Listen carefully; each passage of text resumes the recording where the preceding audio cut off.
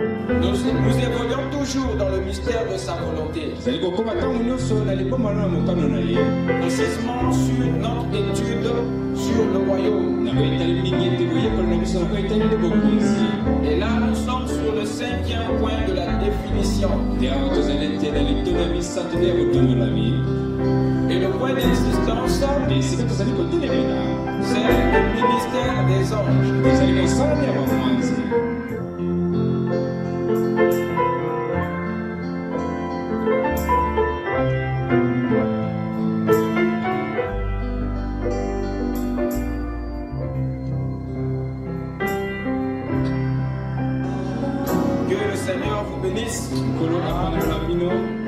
Que le Seigneur vous bénisse.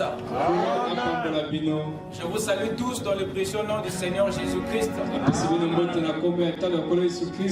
Et nous remercions le Seigneur pour la grâce qu'il nous a accordée de venir dans sa présence ce matin. Nous lui sommes infiniment reconnaissants. Amen. Sans plus tarder, je vais vous inviter à vous lever pour lire les Saintes Écritures.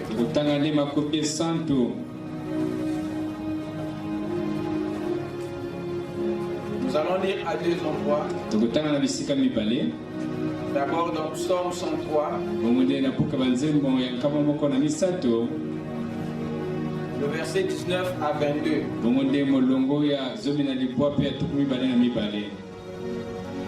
Ensuite, nous prendrons le livre des Hébreux. Nous lirons le verset 10 jusqu'au verset 14.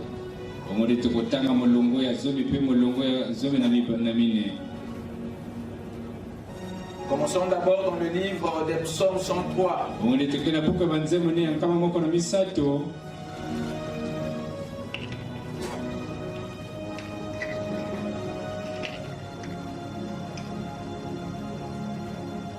L'Éternel a établi son trône dans les cieux. Et son règne domine sur toutes choses. Bénissez l'Éternel, vous ses anges, qui êtes puissants en force et qui exécutez ses ordres. En obéissant à la voix de sa parole. Bénissez l'Éternel, vous toutes ses armées, qui êtes ses serviteurs et qui faites sa volonté. Bénissez l'Éternel, vous toutes ses œuvres, dans tous les lieux de sa domination. Mon âme bénit l'Éternel. Amen. Prions le Seigneur.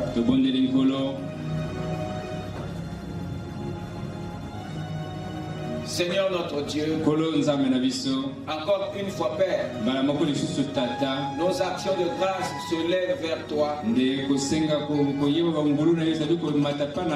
Nos remerciements, Seigneur, vont directement à toi.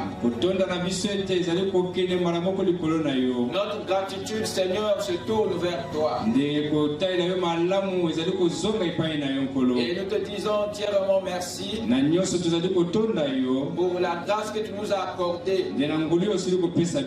d'être compté parmi les vivants et les ressuscités, d'être compté parmi les enlevés et les adoptés, d'être compté parmi les parfaits et les bénis de l'Éternel. Seigneur notre Dieu, nous venons à toi pour t'élever, pour te vénérer et te servir. Tu es le Dieu qui nous a fait. Tu es celui qui pourvoit à nos besoins. Nous te demandons, Seigneur, de nous regarder au travers de ton sang pour chacune de nos erreurs, pour nos manquements, pour nos imperfections. Laisse que, oh Dieu, que chaque requête soit prélevée par tes anges ce matin. Et que chacun retourne libéré et déchargé de son fardeau. Et laisse que, Seigneur, tu parcours cette salle, et tu regardes chaque cœur, et que tu bénisses, et que tu enlèves tout ce qui n'est pas de toi pour placer ta divinité. Laisse que, Père Céleste, ton peuple soit délivré de tout, Seigneur, oh Dieu, à qui le tourmente. Nous croyons que toi, l'ange de l'Éternel, toi, les compagnons de service des prophètes et des enfants de Dieu, et tu es au milieu de nous pour nous accorder un réveil parfait. Bénis ta parole dans nos âmes et viens nous remplir de ton Esprit Saint. Enlève du milieu de nous, Seigneur, toute sémence impure, tout esprit de distraction et toute forme d'envoûtement. Que le grand Saint-Esprit prenne le contrôle de chaque esprit. Alors nous avons prié, Seigneur, pour notre guérison dans le nom de Jésus-Christ. Amen.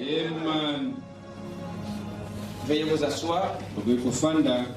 Pendant que nous lisons dans Hébreux chapitre 1.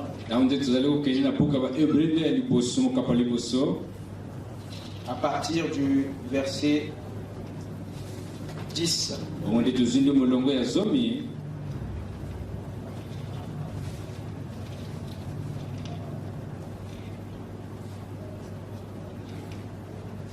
Et encore, toi, Seigneur,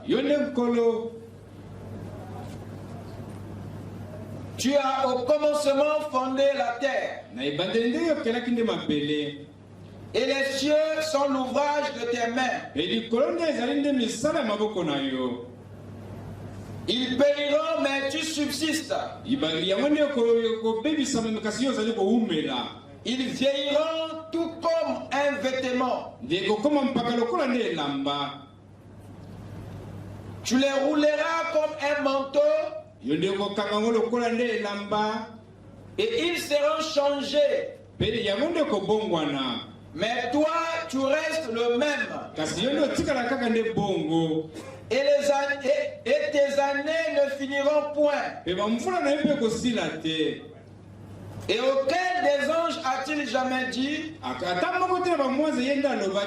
assieds-toi à ma droite, jusqu'à ce que je fasse de tes ennemis ton marchepied.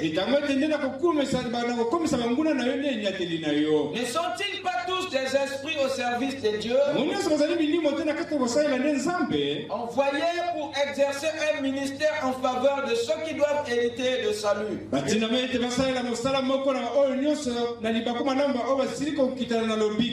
Amen. Amen. Amen. Que le Seigneur ajoute ses bénédictions à la lecture de sa parole. Amen. Ce matin, par la grâce du Seigneur, nous allons ajouter une pierre de plus sur ce que nous avons commencé à faire.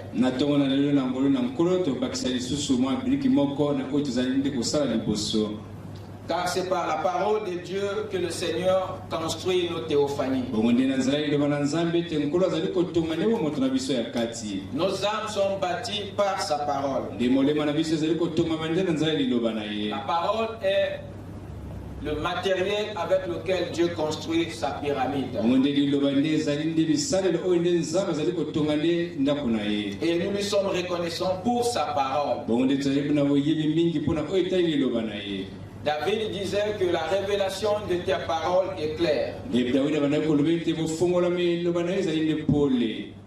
Amen. Amen. Nous évoluons toujours dans le mystère de sa volonté. Précisément sur notre étude sur le royaume. Et là, nous sommes sur le 5e point de la définition. Et le point d'insistance, c'est le ministère des anges. Le ministère des anges. Amen. Amen. Je vais commencer par une citation de Frère Branham que je tire dans questions et réponses sur les Hébreux. 3e partie, paragraphe 621.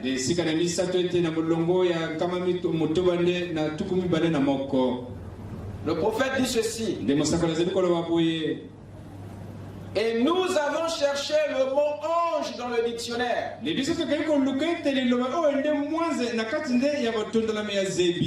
Et nous avons vu qu'il signifie un messager. Ce pourrait être un messager sur terre, un messager surnaturel. Le mot ange. Amen. Amen. Le prophète dit qu'il a cherché dans le dictionnaire juste pour voir à quoi nous renvoie le mot ange. Et il a découvert que le mot ange renvoie aux deux types de messagers. Les messagers terrestres ou les messagers célestes. Car le mot ange s'applique soit aux messagers terrestres ou aux messagers célestes, qui sont des êtres spirituels, des êtres célestes.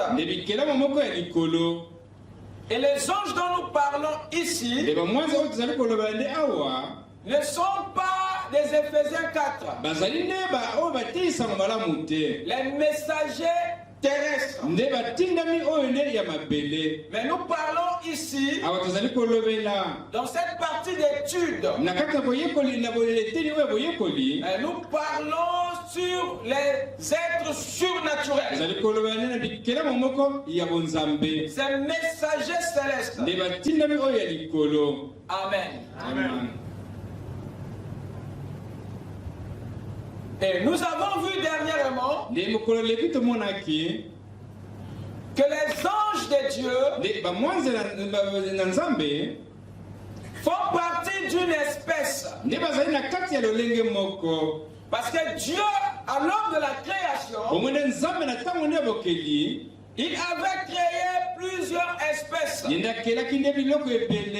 Vous êtes avec moi? Amen. Vous êtes là? Amen. Dieu avait créé plusieurs espèces.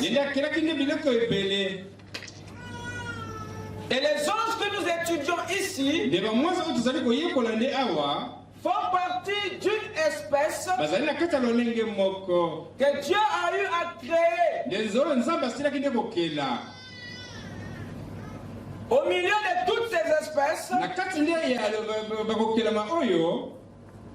se trouve aussi l'espèce de Dieu lui-même.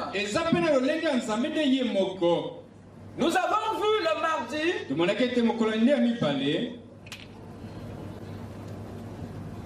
qu'il y a l'espèce divine.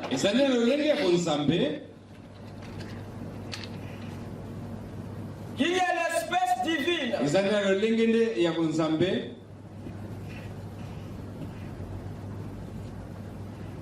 Espèce dans laquelle nous trouvons les anges. Ils font partie de l'espèce divine. Et deuxièmement, nous avons l'espèce inerte. L'espèce dans laquelle font partie les pierres, les montagnes, le sable, la terre, notre planète si vous voulez. Troisièmement, vous pouvez voir l'espèce fluide. Voyez-vous, tout ce qui coule. Vous pouvez voir ici l'espèce végétale. Il s'agit ici de la flore.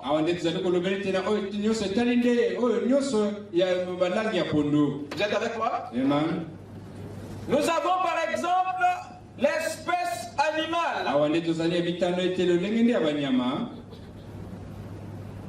Vous avez là la faune.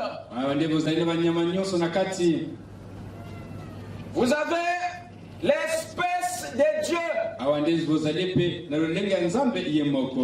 qui est ici l'homme.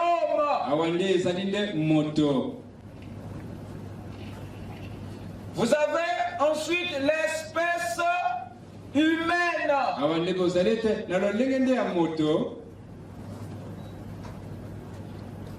Qu'est-ce? Le corps humain. Le corps physique. Il est de la catégorie de l'humanité. Notre corps est un être qui est classé dans la catégorie de l'humanité. Il est de l'espèce humaine. Et nous avons vu avec vous que s'il y a une confusion qui doit exister au milieu de toutes ces espèces,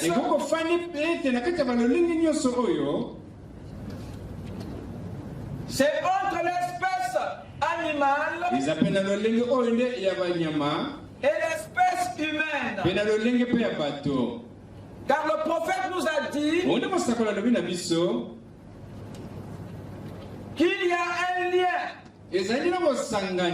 entre ces deux espèces. Il parle de l'affinité. Et nous avons découvert que si l'espèce humaine a été corrompue, si cette espèce a perdu sa nature, parce qu'elle n'est plus ce qu'elle était au commencement, c'est parce que il y a eu un animal qui s'est pris pour un humain alors qu'il n'avait pas d'âme. Et cet animal appelé le serpent,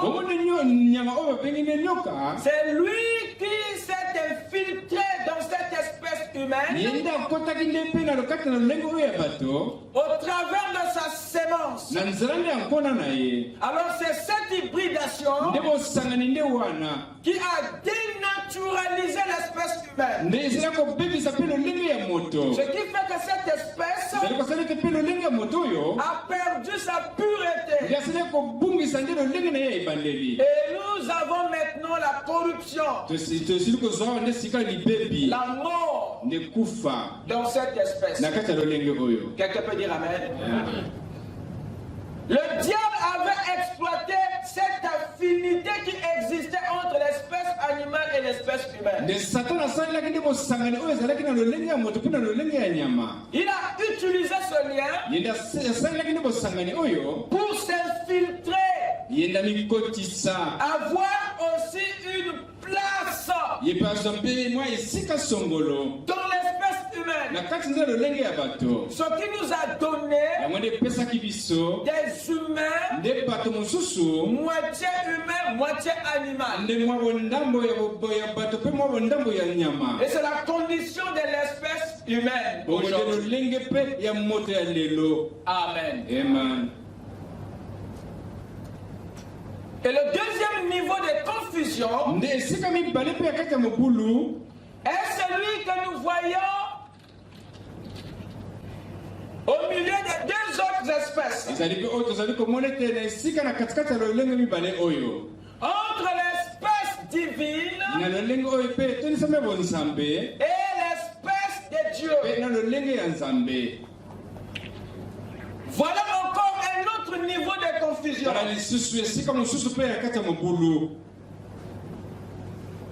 Et ceci est difficile à percevoir si vous vous accrochez au vocabulaire de la religion. Cette confusion est imminente parce que l'espèce divine et l'espèce de Dieu ont tous les deux presque le même corps. Il y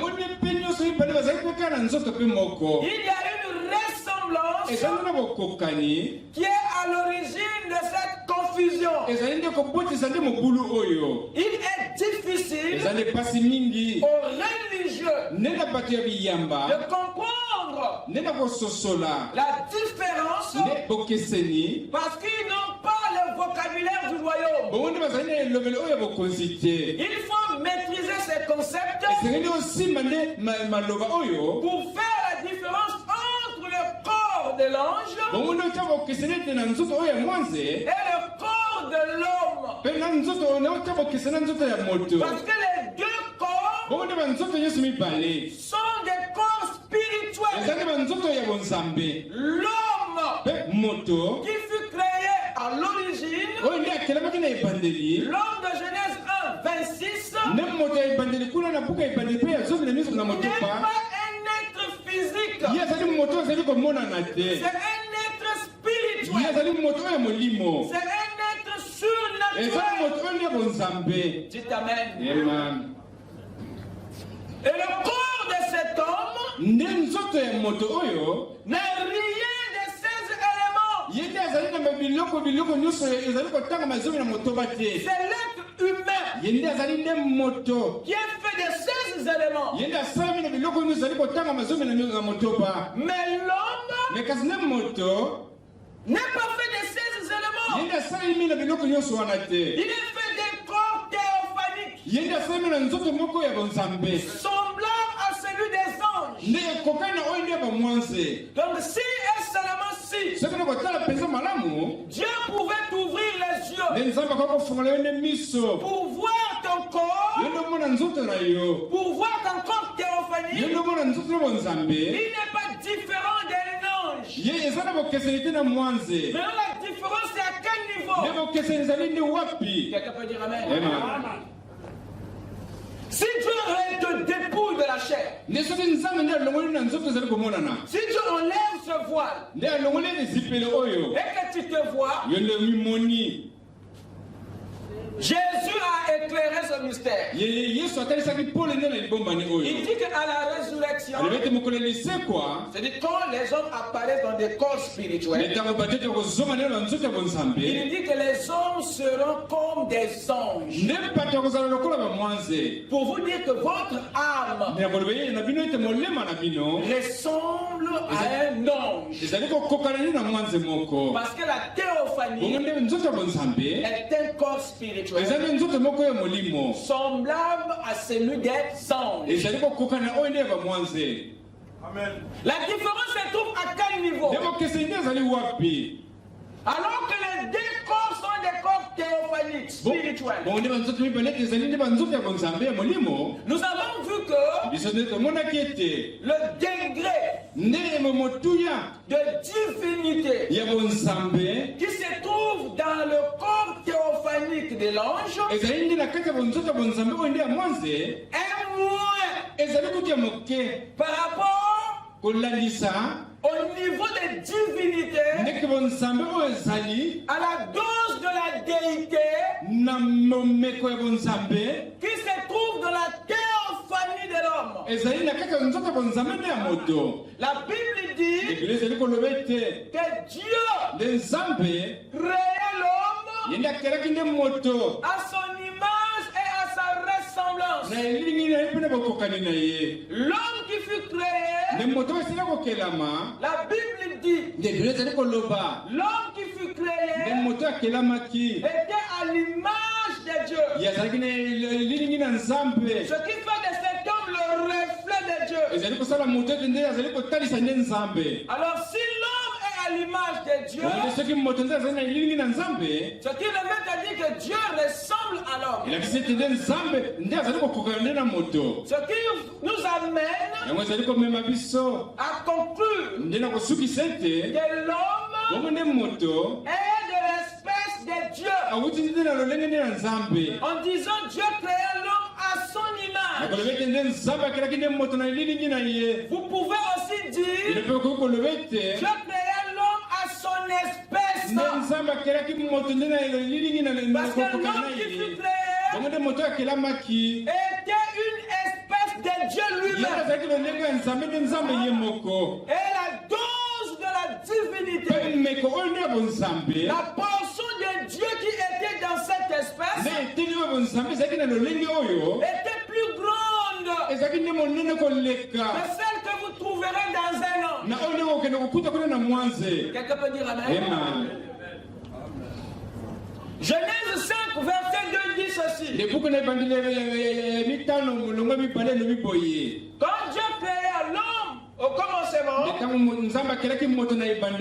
il le créa homme et femme. Et il les appela du nom d'homme. Donc homme est le nom d'une espèce. Dites amen.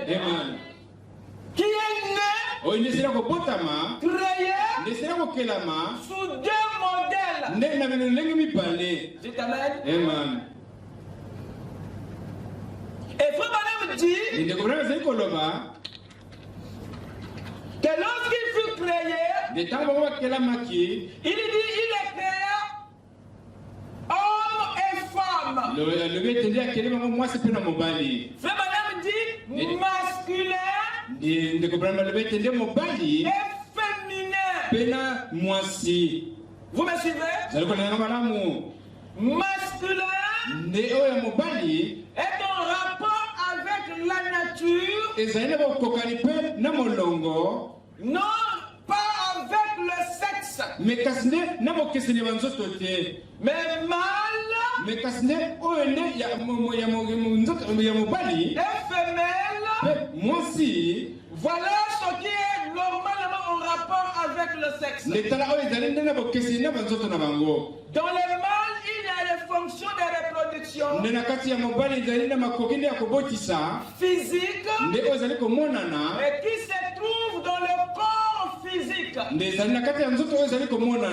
Mais cet homme qui fut créé, Abraham dit qu'il avait deux natures. Il dit que c'est pas qu'il était hermaphrodite.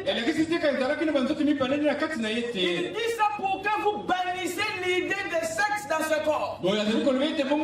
N'empêche pas que cet esprit est une nature dure, masculine, et une nature douce, féminin. Et c'est la nature rigide de cette théophanie. C'est la partie dure de la théophanie qu'il avait amené dans un corps physique qui s'appelait Adam. Parce que le mot Adam signifie tirer de la poussière noire. C'est là que la théophanie est venue dans un corps. Donc l'homme, cette espèce de Dieu, fut maintenant transporté dans un être humain qui s'appelait Adam. Mais Dieu continue toujours à appeler Adam par l'homme. C'est comme une bouteille d'eau maillot, voyez-vous, qui contient de l'eau. Et lorsqu'il vous sera question de le demander, tu l'appelleras par l'eau. Mais ce n'est pas le nom de la bouteille, mais le nom de la matière qui s'y trouve. Donc cela n'empêche pas que le conteneur puisse être appelé du nom de son contenu. Lorsque Dieu appelle Adam par l'homme, ça ne veut pas dire que c'est le corps qui est l'homme. Mais il appelle le corps par le nom de celui qui l'habite. Mais nous sommes entrés dans une vie qui nous aide plus à faire la différence entre l'homme et le corps. Dites Amen. Ça c'est le travail que la religion a fait. À tel point que quand on vous parle maintenant de votre être intérieur, vous êtes surpris. C'est comme si on parle d'une autre affaire. Pourquoi? Parce que vous vous êtes identifié à la chair. Et vous vous êtes personnifié à la chair. Et vous avez perdu la réalité selon laquelle vous êtes un corps surnaturel. Et non un corps naturel. Le corps naturel n'est qu'un vêtement dans lequel tu es rentré pour accomplir ta vocation sur la terre. Mais tu n'es pas cet habit. Mais je suis dans un habit. Et c'est l'habit qui est Adam. Et moi je suis l'homme. Est-ce que c'est clair? Et celui qui est au-dedans, il n'est pas de cette matière. Je parle à moi-même. Celui qui est dedans, dans cet habit, il n'est pas de cette matière. Il est rentré, comme il sortira. Mais ne dis pas que l'habit c'est moi. Bien que c'est moi qui le porte, je suis reconnu par la couleur de mon habit. Mais je ne suis pas cet habit. Dites Amen. Celui qui est dedans est d'une autre espèce. Quelqu'un peut dire Amen? L'homme est une espèce que Dieu avait créée, qui était en deux modèles. Homme et femme. Et c'est les deux que Dieu appelle hommes. Ils font partie de l'espèce de Dieu. Parce que Dieu lui-même est un homme. Lorsqu'il a voulu venir sur la terre, il n'est pas venu autant qu'un ange. Mais il est venu autant qu'un homme. Parce qu'il est attaché à l'homme. Et Jésus, le Logos, c'est un homme. Dites Amen. Et il ne pouvait pas être un ange s'il devait être notre parent. Voilà pourquoi il dit que auquel ange moi j'ai déjà appelé fils. Et c'est cette espèce homme que Dieu appelle aussi fils. C'est cette espèce. Et Dieu lui-même est de cette espèce. Il n'est pas de l'espèce divine. Mais Dieu est de l'espèce homme. Et l'homme est de l'espèce Dieu. Est-ce que c'est clair? Amen.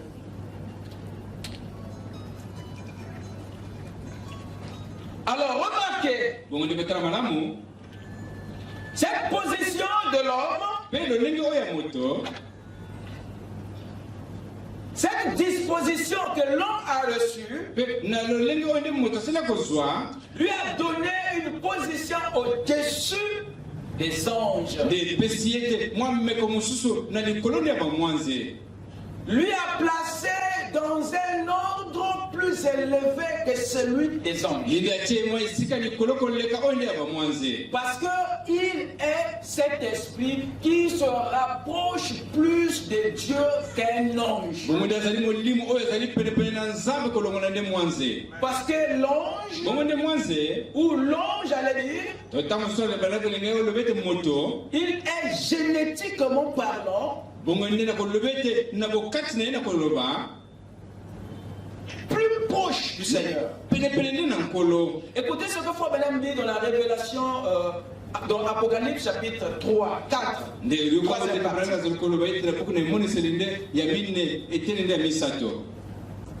Je l'ai ici en anglais. Apocalypse chapitre 4, troisième partie, paragraphe 305. Je vais le lire en passant. Now is an angel a higher order than a man or a lower order? Frère Branham pose la question à l'église. Il dit l'ange est-il plus élevé? Est-il d'un ordre plus élevé que l'homme? Ou bien l'ange est d'un ordre plus inférieur à l'homme. Allez-y lire dans Révélation chapitre 4, troisième partie, paragraphe 305. Frère Branham pose la question. Now is an angel a higher order than a man or a lower order? L'ange est-il de l'ordre supérieur à l'homme? Ou bien il est inférieur? Eh bien, which is the greatest, a son of God or an angel? Alors c'est bien. Lequel est le plus grand? Lequel des deux est le plus grand? Le Fils de Dieu ou un ange? C'est le prophète ici qui est en train de discuter votre condition. Et sa vertu ici a enlevé la confusion au sujet de toi. Dites amen. Parce que cette confusion est à l'origine de l'idolâtrie. Pourquoi il y a le culte des anges? C'est parce que la religion nous a convaincus que les anges, bien qu'ils soient surnaturels, ils sont d'un ordre supérieur à toi. Nous ne faisons pas la courbette aux anges. Mais c'est les anges qui font la courbette à vous. Mais tout commence par découvrir ces choses. Dites amen. Amen. Jean est tombé dans l'adoration de l'ange. Parce qu'il lui manquait cette vérité. Il a été ébloui par la puissance de l'ange. Et il a confondu pour Dieu. Heureusement que cet ange était un ange fidèle à Dieu et au royaume. Et c'est lui qui a aidé l'église. Il dit non. Adam pas moi. Peu importe la puissance, je suis ton compagnon. Dites amen. Celui qui est censé t'aider. Dites amen.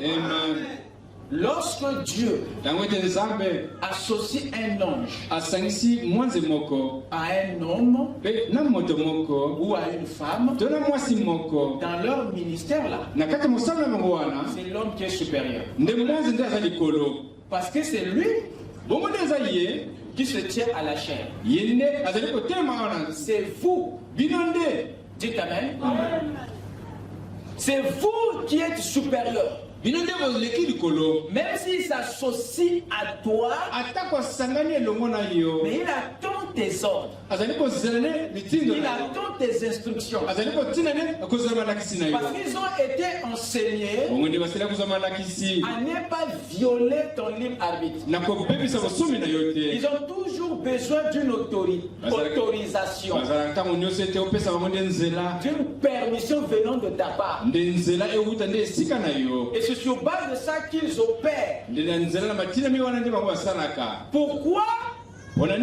Toi, tu dois donner l'autorisation. Parce que tu es une autorité. C'est l'autorité qui autorise. Dites amen.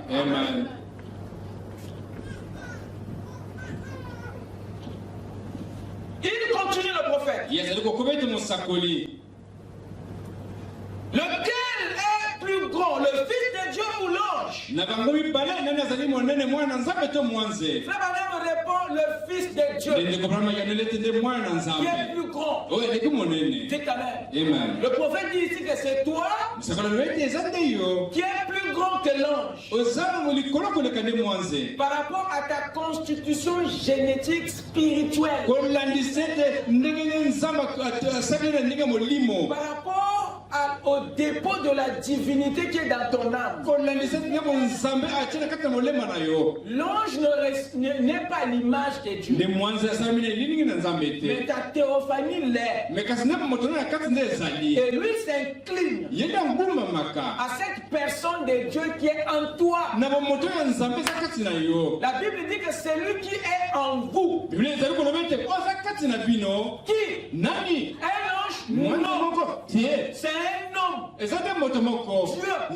vient en vous. Et il est plus grand. Et tu ne peux pas avoir en toi quelque chose de plus grand et être petit. Je répète, tu ne peux pas avoir en toi celui qui est plus grand et être petit. Dites amen. Si en toi il y a celui qui est grand, ça veut dire le grand qui est en toi fait de toi grand. Alors pourquoi les anges s'inclinent pas pour toi, mais ils s'inclinent devant l'image de Dieu, la personne de Christ qui est en toi. Dites amen. C'est lui qui fait des temps grands. Dites amen. Voilà ce qui explique l'attitude des anges vis-à-vis de vous. Ce n'est pas le corps, mais c'est l'espèce de Dieu. C'est ça qui amène les anges à œuvrer en ta faveur. Quelqu'un peut dire amen? C'est le Fils de Dieu. Il continue le prophète. Il dit encore, lequel, which would God hear the best? Lequel Dieu va mieux écouter? Il dit, lequel entre les deux que Dieu va mieux écouter? Vous voyez que ça change tout, hein? L'ange se tient de la présence de Dieu. Mais Frère Branham nous démontre ici que Dieu écoute mieux toi qui es loin que l'ange. Vous écoutez ça? Il dit lequel? Amen. Which would God hear the best? Lequel des deux Dieu va mieux écouter? Un ange qui se tient devant lui pour dire quelque chose, pour plaider quelque chose, ou bien l'un d'entre vous. Amen. Il dit, vous voyez, because you are a son and daughters, vous êtes des fils et des filles de Dieu. Mais c'est des serviteurs. Voyez, ce sont des serviteurs. Et vous êtes des fils et des filles de Dieu. Il dit, so see what authority you have. Il dit ainsi, voyez quelle autorité vous avez. We are just afraid to use it. Nous avons simplement peur pour l'utiliser. Vous êtes complexés des anges. Voilà pourquoi vous ignorez votre autorité et vos privilèges. Ce qui revient à dire que l'autorité que l'ange lui a été donnée, que vous vous en tirez profit. Voilà pourquoi leur ministère est en faveur de certaines personnes qui ont reçu l'autorité pour en bénéficier. Et le prophète dit qu'entre un ange et toi, c'est toi qui écouterais le mieux. Même si l'on se tient dans la présence de Dieu, en train d'offrir une prière, Dieu écoutera ta prière. Et dis pourquoi? Parce que tu as plus d'autorité. Et dis tu as simplement peur de l'utiliser. Quelqu'un peut dire Amen? Ça, vous n'entendrez pas ça dans la religion.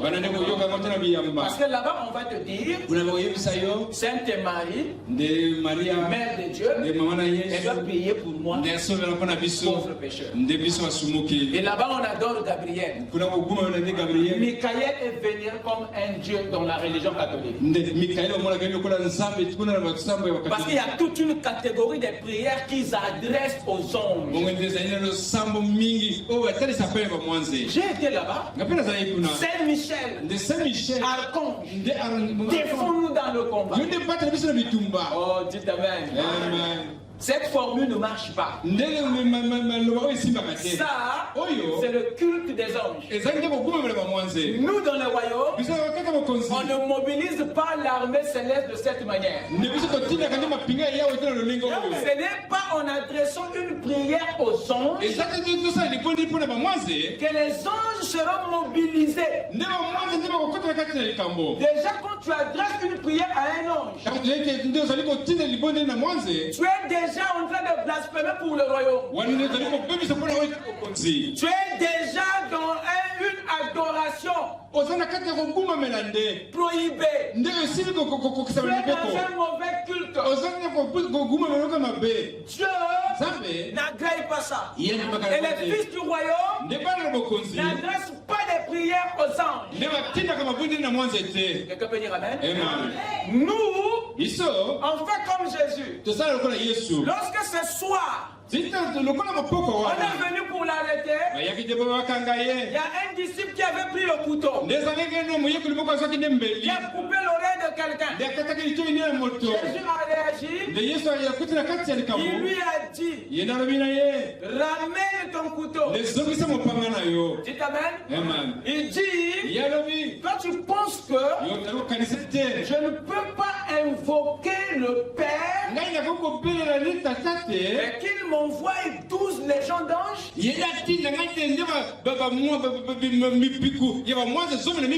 Ça c'est Jésus qui n'a pas besoin d'intermédiaire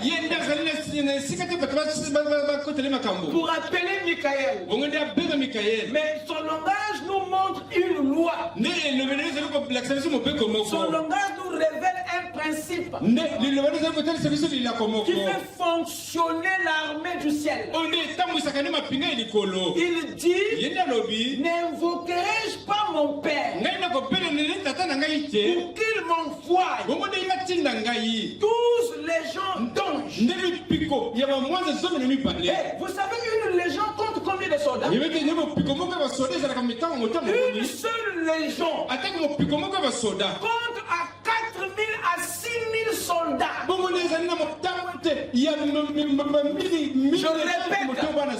Je répète. Vous vous souvenez? Jésus a vu un fou de Gadara. Il lui a posé la question, qui es-tu? Il a dit quoi? Il dit, je suis légion. Oh, souvenez-vous-en. Souvenez-vous-en. Il a dit, je suis légion. Et le démon n'a pas pu donner le nombre. Parce qu'ils étaient tellement nombreux. Il n'a pas pu, un esprit. Il n'a pas pu donner le nombre. Il dit à Jésus, mon gars, nous sommes nombreux. Je suis légion. Ce qui signifie plusieurs. Vous pouvez imaginer une seconde que dans ce tome, il y avait plus de 4000 à 6000 démons. Voyez-vous? Donc la plénitude n'est pas en rapport avec la quantité. Et ces fous n'avaient pas explosé. Mais il était le vase de 4000 à 6000 démons. C'est amen. Maintenant, pas plus fort de raison Dieu. C'est lui qui doit exploser en venant en toi. Mais pourquoi ce fou-là n'a pas explosé? Donc les démons peuvent entrer dans un petit vase et souffrir. Un esprit n'a pas besoin de l'espace comme le corps physique. Que t'as-tu que l'un n'a pas besoin de l'espace? Il n'a pas son besoin en espace n'est pas le même que celui du corps. Comment expliquez-vous un homme de 50 kilos peut héberger plus de 4000 à 6000 démons? Il avait combien de places? Combien de chaises? Alors vous pouvez maintenant comprendre le principe de la plénitude. Amen. Donc Jésus dit, il dit remets ton couteau. Parce que là où je me tiens, je peux invoquer qui? Il dit le Père. Qu'il m'envoie 12 légions. Une légion à 6000 soldats. Mon frère, 12. C'est la fin du monde. Oh, frère madame dit, un seul ange peut détruire la terre. Un seul. À quoi plus forte raison 12 légions, mon Dieu? Je suis en train de vous donner une idée de votre royaume et de toute l'armée qui est à votre service. Je suis seulement en train de vous réveiller. Vous appartenez à un empire. Oh, je parle à Amen. Amen. Amen.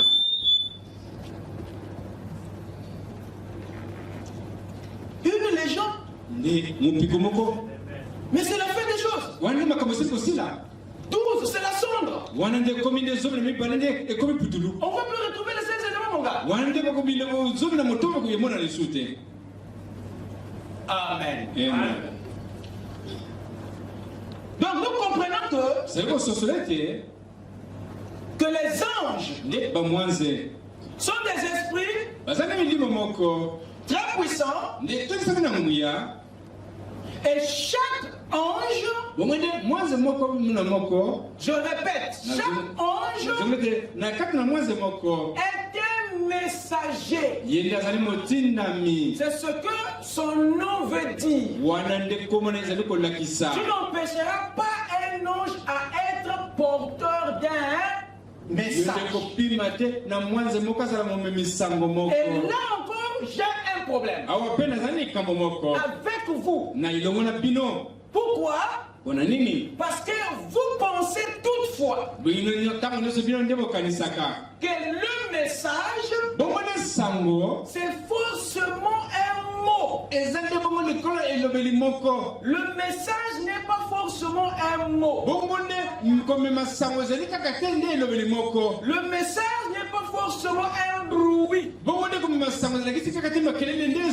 message n'est pas forcément un écho.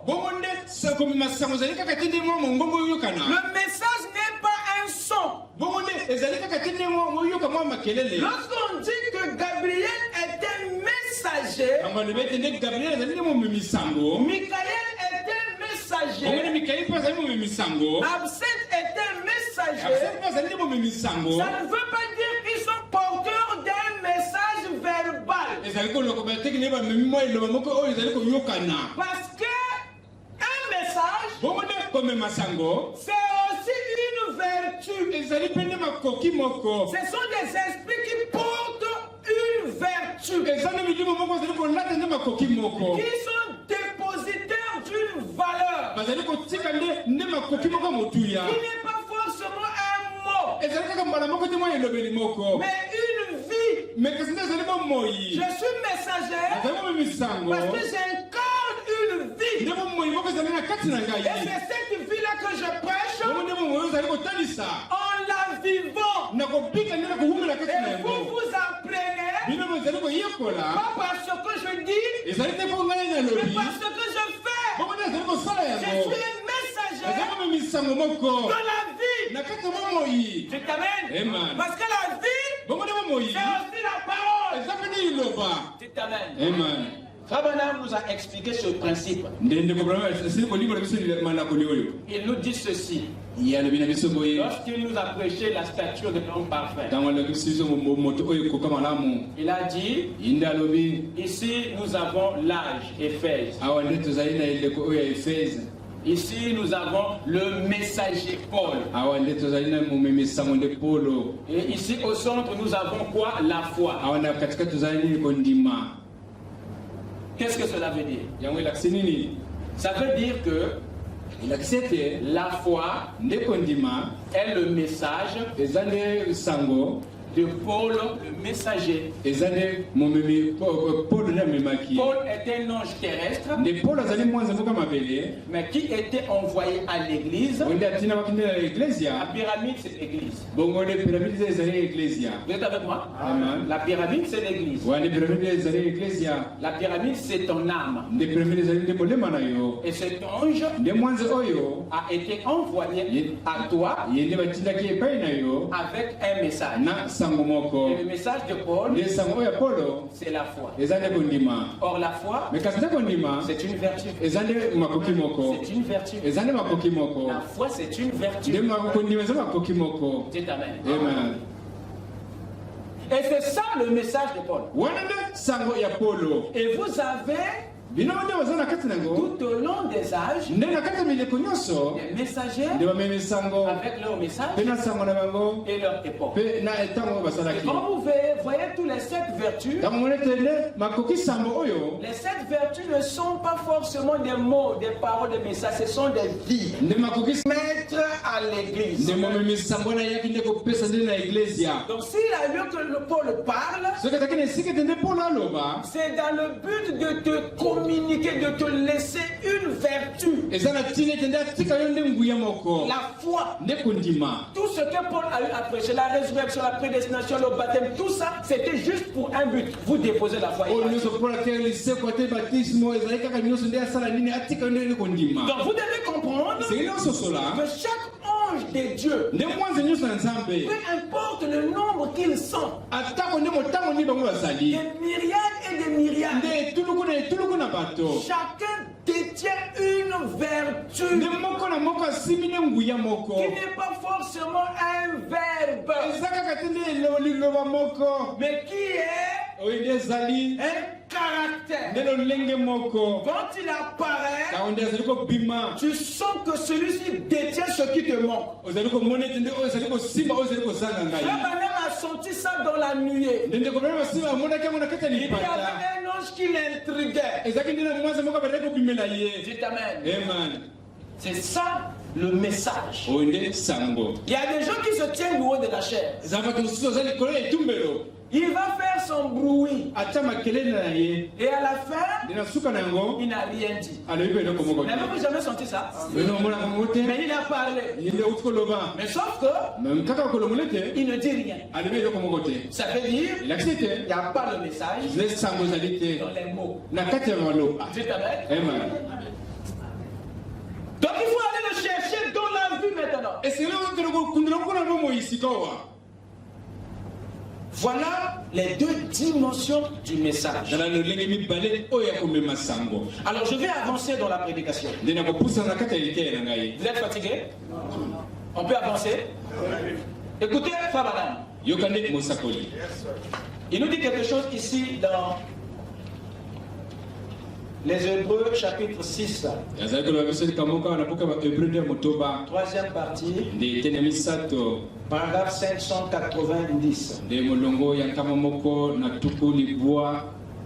Il dit ceci, le voile, c'est ce qui nous empêche de voir les anges à leur poste. Ici, l'homme de Dieu est en train d'expliquer l'une des raisons qui fait que nous ne voyons pas les anges. Donc l'une des raisons de notre aveuglement, il dit, le voile, c'est ce qui nous empêche de voir les anges à leur poste. Il n'y a pas que le péché qui nous rend aveugles au monde invisible. Non, il n'y a pas que le péché. Mais le voile que tu portes, c'est-à-dire le corps que tu as là, c'est déjà une affaire qui te voile, qui t'aveugle. Donc vous êtes victime. Quelqu'un peut dire Amen? Il dit, c'est ce qui nous empêche de voir les anges à leur poste. Ce matin, donc les anges sont à leur poste, tel que nous sommes là. Mais il dit que il y a un voile qui nous empêche de les voir. Ils sont à leur poste ce matin, debout, près des sièges. Là où tu es assis, il n'y a pas que ton voisin. Il n'y a pas que ton frère ou ta soeur qui est à côté. Et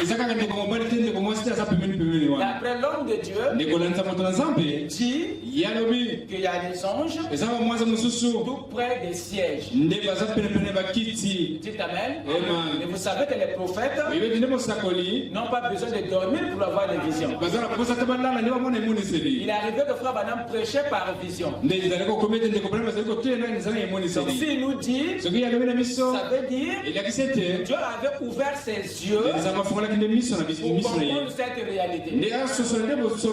Dites Amen. Il dit le voile, c'est ce qui nous empêche de voir les anges à leur poste. Ce matin, debout près des sièges.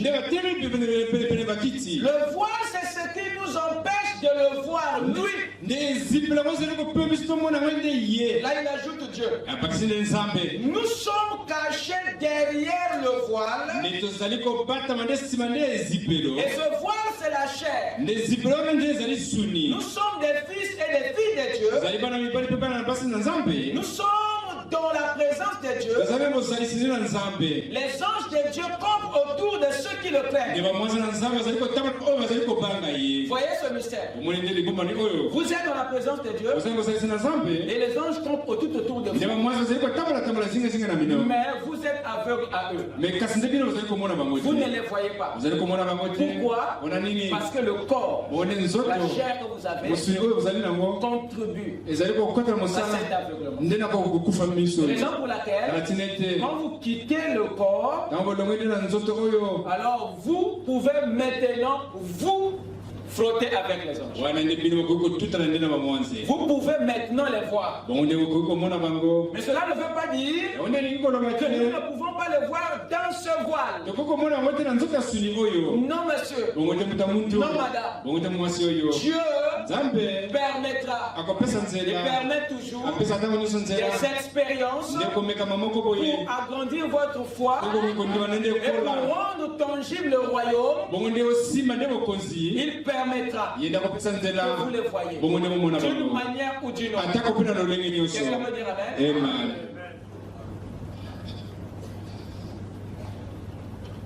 Revenons sur l'écriture que nous venons de lire. Hébreux chapitre 1, le verset 14. 14. Ne sont-ils pas tous des esprits au service de Dieu, envoyés pour exercer un ministère en faveur de ceux qui doivent hériter du salut? Il y a 2 points que nous avons à retenir dans ce verset. Premièrement, les anges sont des esprits au service de Dieu. Ça, c'est ce que Paul dit. Ne sont-ils pas tous, sans exception, il dit, ne sont-ils pas tous des esprits au service de qui? De Dieu. Conclusion. Les anges ne sont pas au service de l'homme. Peu importe ce qu'ils vont faire auprès de vous, avec vous, pour vous, ça, c'est pas pour toi. C'est le service qu'ils rend à Dieu. Est-ce que c'est clair? Ils ne travaillent pas pour toi, ils travaillent pour Dieu. Voilà pourquoi ils sont obligés de venir vers toi. Est-ce que c'est clair? Ils sont des esprits au service de Dieu, pas de l'homme. Ce qui fait que pour que l'homme puisse avoir les services d'un ange, il doit s'adresser à qui? Que le Seigneur vous bénisse. Alors c'est un péché quand tu brises le principe du royaume. Elle s'adresse à un ange. Fais attention. Jésus a dit, mais je n'invoquerai-t-il pas mon Père qu'il m'envoie? Voyez? Lui, il respecte le principe. Amen. Donc cela veut aussi dire que les anges, tous ces esprits, sont aussi soumis à Dieu, sous le contrôle de Dieu. Ils font ce que Dieu veut et tout ce que Dieu dit. Ils n'agissent que sous les ordres de Dieu. C'est ce que nous dit Psaume 103, le verset 20. Vous qui exécutez ces ordres. Et le deuxième point à retenir, qu'est-ce que c'est? C'est celui où Paul dit, toujours au verset 14, envoyé pour exercer un ministère, envoyé, cela fait des anges, des missionnaires, célestes, c'est-à-dire des délégués de Dieu, des représentants légaux de Dieu ou du royaume auprès des personnes spécifiques. Remarquez ce qu'il dit. Il dit les anges sont des envoyés. Ce sont les envoyés qui exercent un ministère. Auprès de qui? Paul est précis. Lisez bien votre Bible. Les anges sont envoyés pour exercer un ministère en faveur de ceux qui doivent hériter le salut. Donc ils sont envoyés pour une catégorie. Et leur ministère est uniquement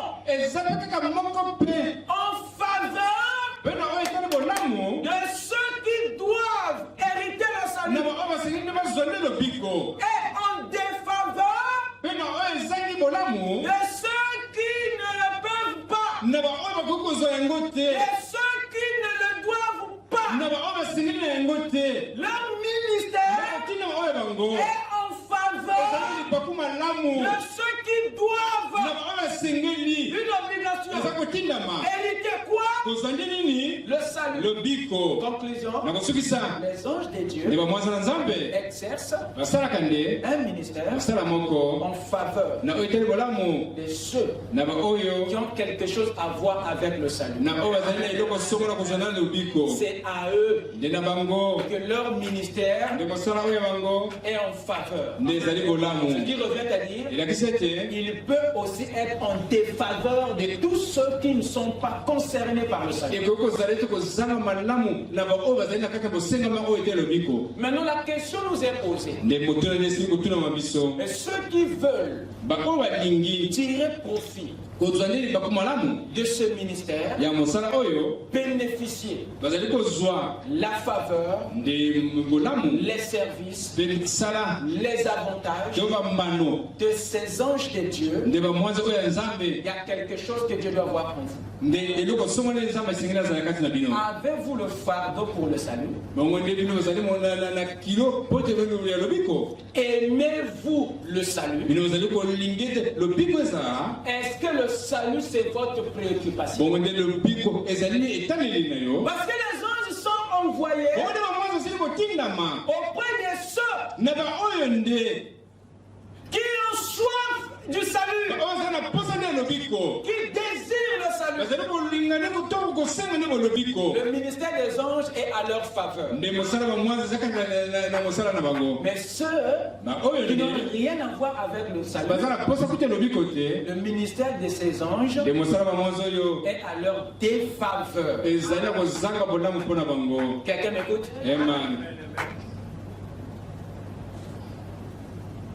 C'est très important. C'est très important. Donc tous ceux qui ont traité avec les anges, tous ceux qui ont tirer profit des différents services des anges. C'était des personnes qui avaient un cœur incliné vers le salut. Ça ne veut pas dire que les anges n'exercent pas le ministère envers ceux qui n'ont rien à voir. Non, ils l'exercent, mais c'est en défaveur. Mais pour ceux qui héritent, doivent hériter le salut, ce ministère est à leur faveur. Qui sont ceux qui doivent hériter le salut? En parlant ainsi, la Bible nous montre par là qu'il y a une catégorie de gens qui sont bénéficiaires. Dans le livre des exposés, il nous parle des différents groupes des sauvés. Il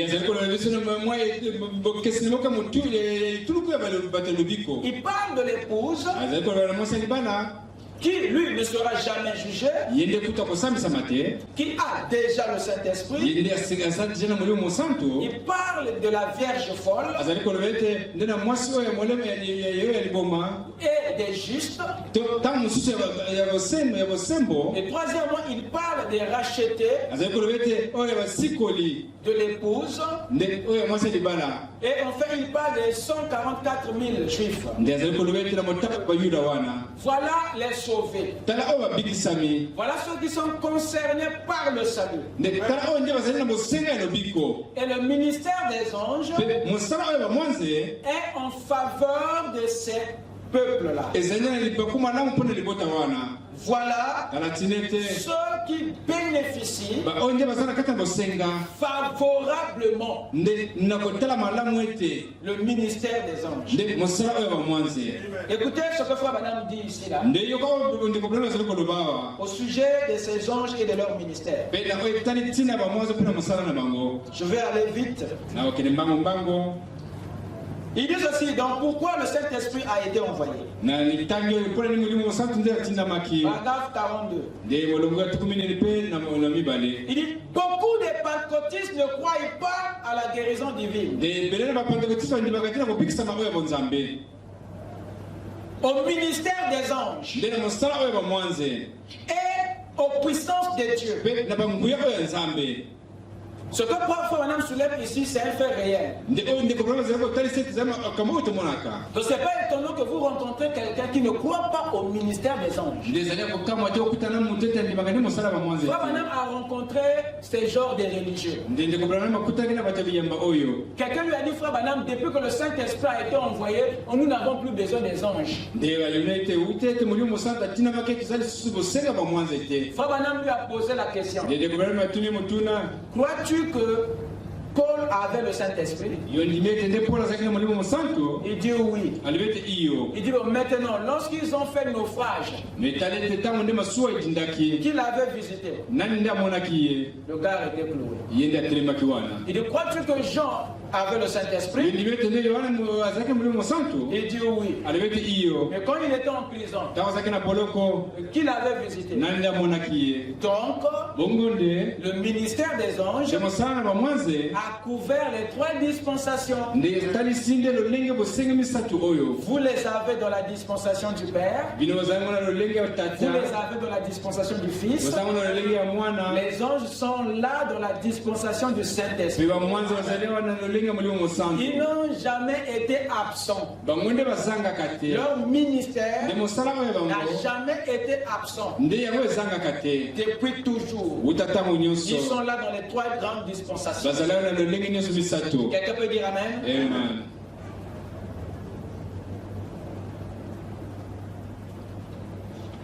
Qu'est-ce qu'il nous dit encore ici? Dans les Hébreux, chapitre 2, partie 2, paragraphe 117, le prophète ajoute, autrement dit, les grands anges qui exercent un ministère dans les cieux, Gabriel, Michael, Absinthe, et les myriades d'anges du ciel. Le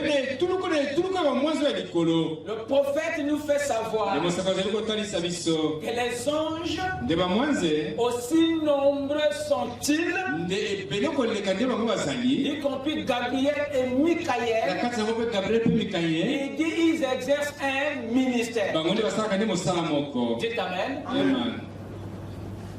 Et si le ministère des anges n'existait pas, les sceaux ne seraient pas ouverts. Parce que dans l'ouverture des sceaux, vous les voyez dedans. Et c'est eux qui ont visité votre prophète pour rendre possible. Dites Amen. Or, la visite de cet ange était qu'une escorte. Parce que le 8e était au milieu. La photo de la nuée que vous voyez, toute cette nuée blanche a été formée par les ailes des anges. Et c'est toujours comme ça dans le royaume. Lorsqu'on escorte un roi, on le met toujours au milieu. Il y avait 7 qui étaient venus, et le 8e était au centre. Il n'était pas visible. Mais quand ils sont partis, les 7 anges nous ont laissé la preuve qu'il y avait un 8e. Parce que le schéma qu'ils ont dessiné nous témoigne le visage de Christ lui-même au milieu. Parce que c'est lui Christ dans sa descente, au milieu de sa nuée, qui a révélé les sceaux. Les sceaux ne pouvaient pas être ouverts s'il n'était pas là. Et il était escorté par ses anges. Amen.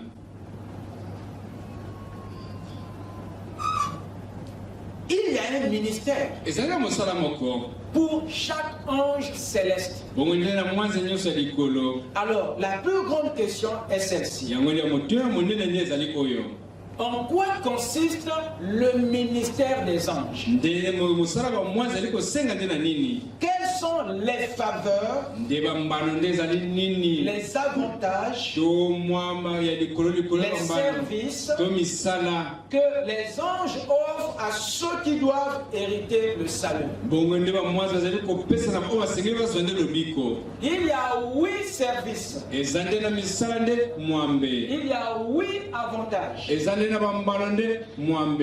que les anges de Dieu offrent aux enfants de Dieu. Il y en a 8 faveurs que ces anges offrent à vous. Et les tout premiers, nous allons essayer un peu de les aborder avant de partir. Le premier service des anges, c'est de nous avertir. Premièrement, nous avertir. Ça, c'est le premier service des anges envers nous. Voilà le tout premier. C'est de nous avertir, soit par le songe, soit par la vision, soit par la petite voix, soit par l'intuition, soit par l'inspiration, soit par le ressenti, soit par une voix audible. Ça, c'est le premier service. Ça, c'est le premier acte de leur ministère auprès de vous. Vous avertir Amen. Amen. Ouvrez la Bible rapidement. Dans Job 33. Allons-y rapidement.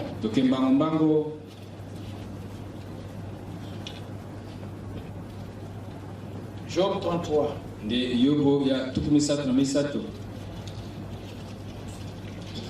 Nous allons prendre le verset 14.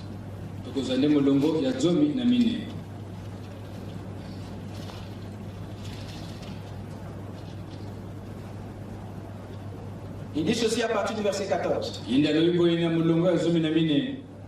Dieu parle cependant tantôt d'une manière, tantôt d'une autre, et l'on n'y prend point garde. Il parle par des songes, par des visions nocturnes, quand les hommes sont livrés à un profond sommeil, quand ils sont endormis sur leur couche, alors il leur donne des avertissements et met le sceau à ses instructions afin de détourner qui? Il n'y a pas forcément Dieu lui-même. Il y a les anges qui entrent en scène pour accomplir ce que nous venons de lire. C'est eux qui nous avertissent de la part de Dieu. Regardez dans Matthieu. Matthieu chapitre 1. Allons-y. Voyez ce qu'il dit ici. Prenez le verset 20 à 24. Comme il pensait, qui? Joseph, la fiancée de Marie. Comme il pensait, voici un ange du Seigneur lui apparut en songe. Est-ce que c'est clair? Comme il pensait, voici un ange du Seigneur lui apparut en songe. Donc vous voyez que pour accomplir ce que Job 33 a déclaré, c'est un ange qui est aux affaires. Parce que l'avertissement, ça fait partie de leur ministère. Qu'est-ce qui s'est passé? L'ange lui dit en songe, Joseph, fils de David, ne crains pas de prendre avec toi Marie ta femme, car l'enfant qu'elle a conçu vient du Saint-Esprit.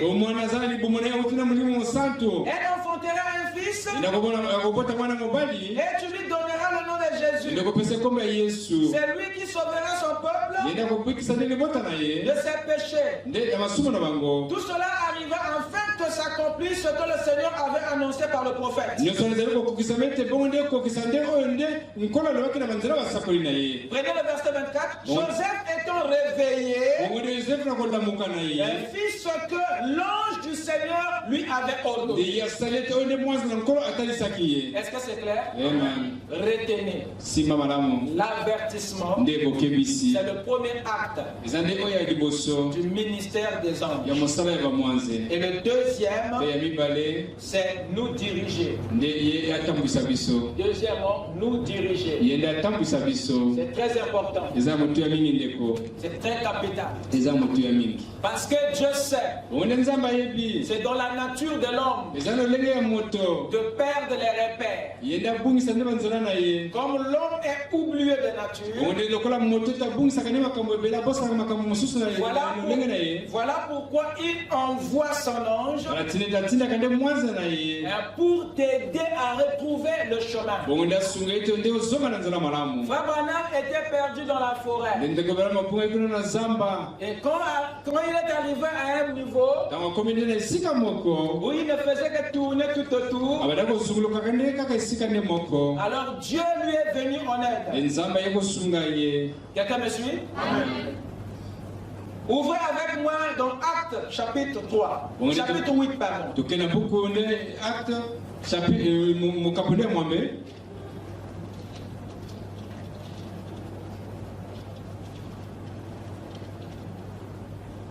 Acte 8.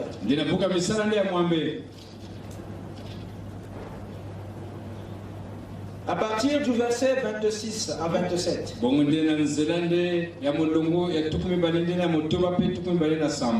Un ange du Seigneur s'adressant à Philippe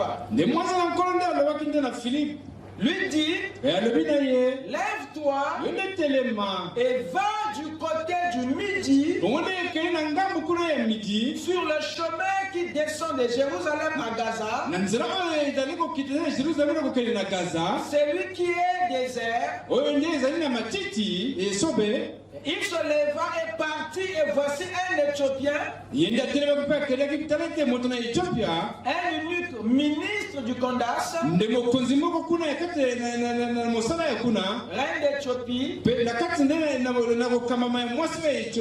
et surintendant de tous ses trésors. Amen.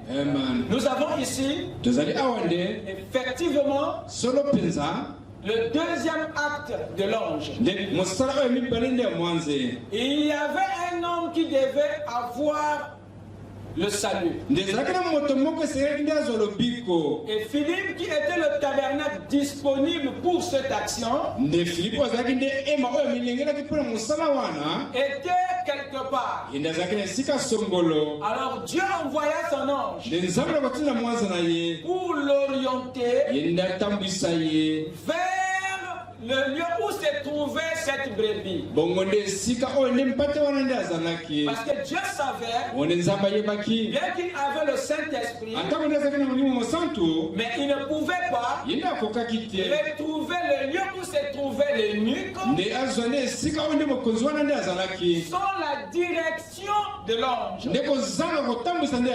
Cet ange a été délégué pour diriger Philippe vers l'eunuque éthiopien. La Bible dit que les pas du juste sont conduits par l'Éternel. Encore une fois, c'est les anges qui accomplissent cette action. Nous sommes Dieu nous dirige par les anges. Ouvrez avec moi dans Exode 23.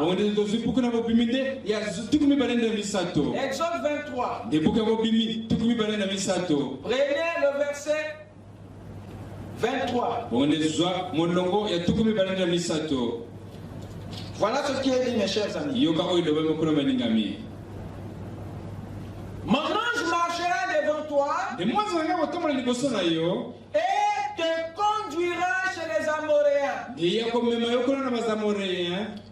chez les Étiens, les Phérésiens, les Cananéens, les Éviens et les Jébusiens. Vous écoutez ça? Mon ange te conduira. Dieu connaît que des fois nous ne pouvons pas atteindre nos objectifs. Il est difficile que nous allons en ligne droite. Raison pour laquelle il envoie ses anges pour nous aider à retrouver la direction. Le jardin était déjà planté, mais il a fallu que Dieu puisse prendre Adam pour le placer dans le jardin. Alors que le jardin était en Éden, mais Dieu était persuadé que Adam n'allait pas par lui-même retrouver le petit coin du jardin. Il était obligé de lui venir en aide en ce qui concerne la direction. Il y a plein de choses qui peuvent vous écarter de la direction divine. Comme Dieu est derrière le temps, alors il délègue son ange pour que tu ne regardes ni à gauche ni à droite et que tu atteignes le but.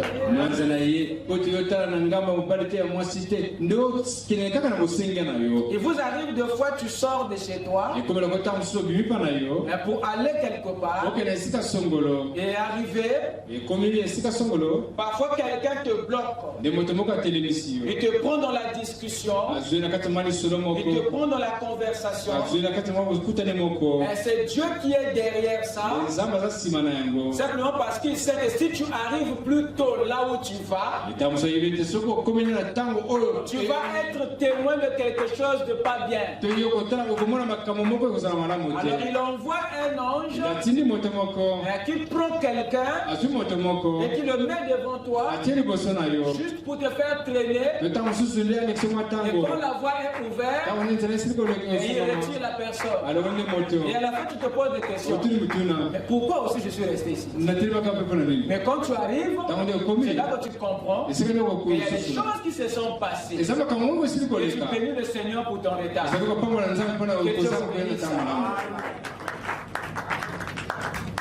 C'est Dieu qui, par sa façon de faire, elle nous dirige au travers de ces êtres surnaturels. Cinquième moment, il pourvoit nos besoins. C'est par les anges qu'il le fait. Amen. Amen. Nous allons nous arrêter ici. Ensuite, pour prendre le reste prochainement. Alors, voyons comment est-ce que Dieu pourvoit à nos besoins par ses anges. Allons-y rapidement dans 1 Roi chapitre 19.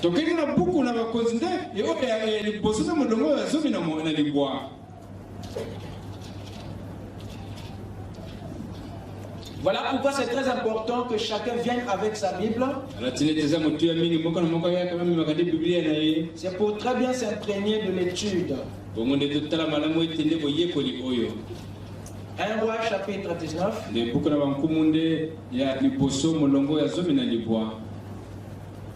Commençons à partir du verset 1er jusqu'au Commençons à partir du verset 3 jusqu'au verset 8. Élie, voyant cela, se leva et s'en alla pour sauver sa vie. Il arriva à Beersheba, qui appartient à Juda, et il laissa son serviteur. Pour lui, il alla dans le désert où après une journée de marche, il s'assit sous un genêt et demanda la mort en disant c'est assez. Éternel, prends mon âme, car je ne suis pas meilleur que mes pères. Il se coucha et s'endormit sous un arbre. Et voici un ange le toucha et lui dit, lève-toi, mange. Il regarda et il y avait à son chevet un gâteau cuit sur des pierres chauffées et une cruche d'eau. Il mangea et but, puis se recoucha. L'ange de l'Éternel vint une seconde fois, le toucha et dit, lève-toi, mange, car le chemin est trop long pour toi. Et il se leva, mangea et but, et avec la force qui lui donna cette nourriture, il marcha 40 jours et 40 nuits jusqu'à la montagne de Dieu à Horeb. Amen. Voilà les merveilles que les anges ont eu à faire dans la vie de nos semblables. C'est pas un mythe, c'est une réalité. Le frère Branham dit que Dieu vous aime au même titre que Élie. Et les mêmes anges sont encore ce matin sous les ordres de Dieu. Et ils peuvent faire avec vous ce que vous venez de lire. Ils ont pourvu aux besoins d'un enfant de Dieu. Dites Amen. Et la Bible dit, quand Jésus est sorti de son jeûne, après qu'il ait vaincu la dernière tentation, il dit les anges de Dieu vinrent et le servirent. Et comme il avait refusé de transformer les pierres en pain, comme il s'était rangé du côté de Dieu, Dieu envoyait maintenant ses anges pour répondre à son besoin. Et le même Dieu agit et agira pour chacun de vous. Parce que ces anges exercent leur ministère auprès de vous. Vous qui doivent hériter le salut. C'est à votre avantage que ce ministère leur a été donné. Et vous avez le droit de tirer profit de ce ministère. Que le Seigneur vous bénisse.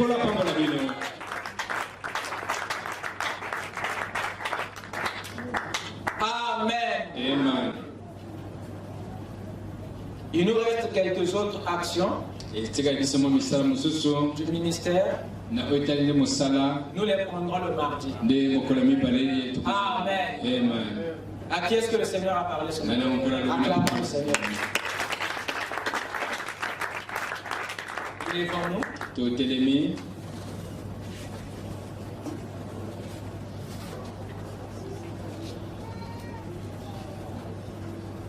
Fire, fire, fire, fire, follow, fire, fire, fire, fire, fire,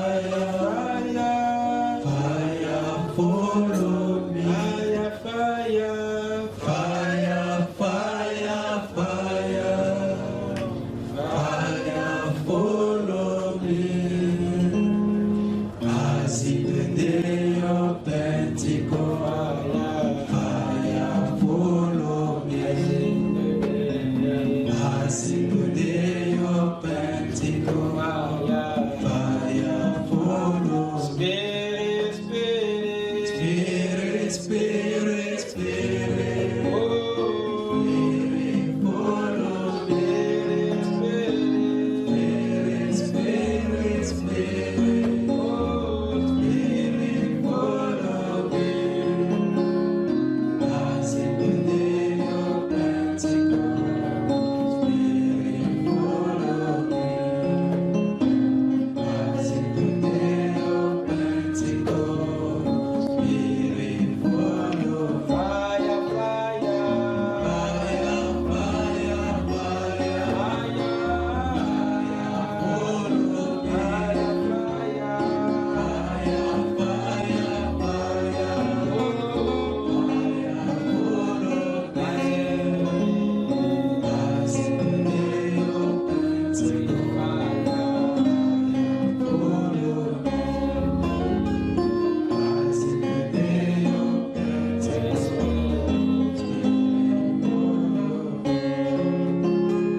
que chacun puisse prier pour ce qu'il est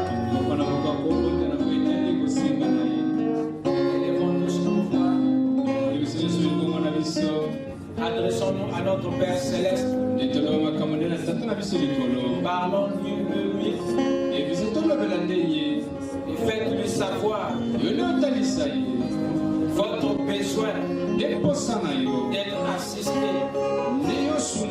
par les anges, car lui, il a ordonné de mettre à notre profit ses serviteurs. Et nous avons besoin de cette expérience.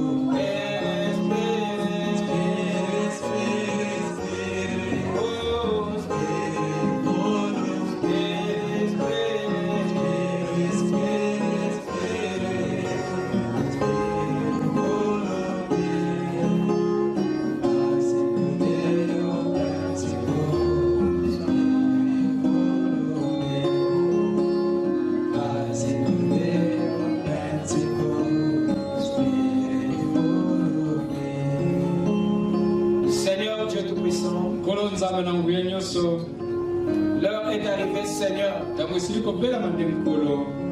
où nous nous abandonnons entièrement. Seigneur, entre tes mains, Toi, Seigneur, qui as créé les cieux et la terre, avec tout ce qui s'y trouve, Seigneur, tu connaissais les besoins de ton homme. Et tu as permis, oh Dieu, que tu puisses placer des anges, afin que, oh Dieu, qu'ils puissent intervenir dans le ministère de l'homme. C'est toi, Seigneur, qui nous a associés à ces anges. C'est pourquoi, Père, nous nous tournons vers toi. Comme Jésus, Seigneur, nous te demandons d'ouvrir nos yeux, Seigneur, à cette réalité spirituelle. D'ouvrir nos yeux, oh Dieu, malgré le voile de la chair. Mais nous voulons être témoins, Seigneur, de cette réalité. Car cela nous aidera. Cela augmentera notre foi, Seigneur.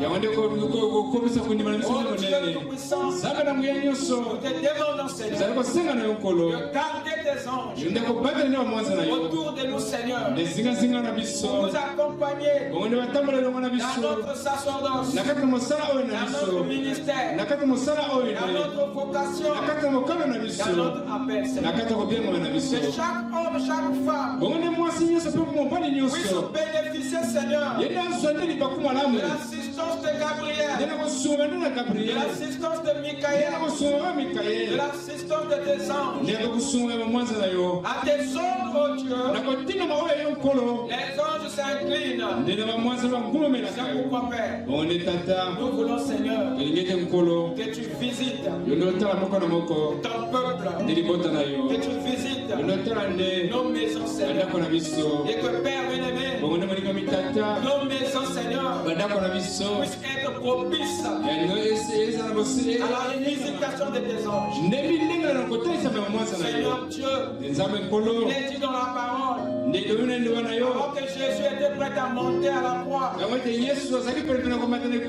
pendant qu'il était à Gethsemane, tu avais envoyé un ange pour le fortifier.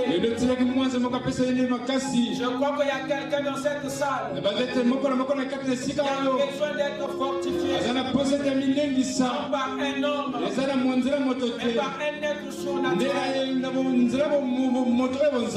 Seigneur, nous te demandons d'envoyer, Seigneur, les anges fortificateurs pour fortifier chaque frère, chaque soeur qui a besoin, Seigneur, de ton soutien.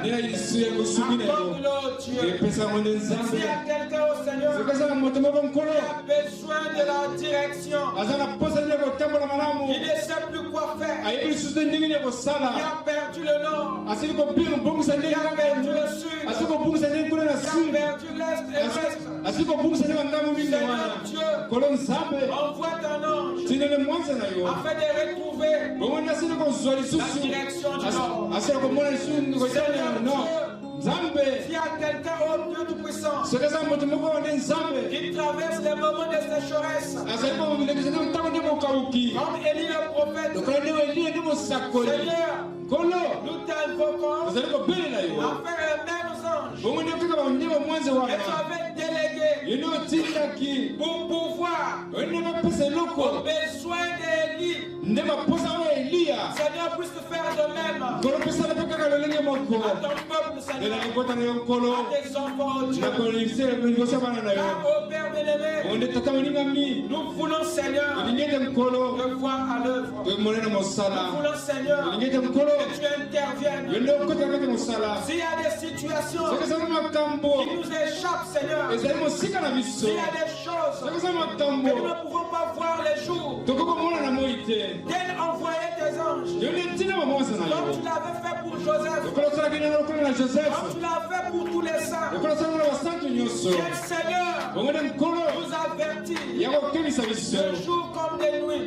Et que tes anges, Seigneur, comme tout autour de nous, pour exercer leur ministère à notre faveur. Seigneur notre Dieu, que la gloire te soit donnée au siècle des siècles. Parce que tu es celui qui a créé les anges et celui qui a créé les hommes. Et nous tous nous sommes à ton service.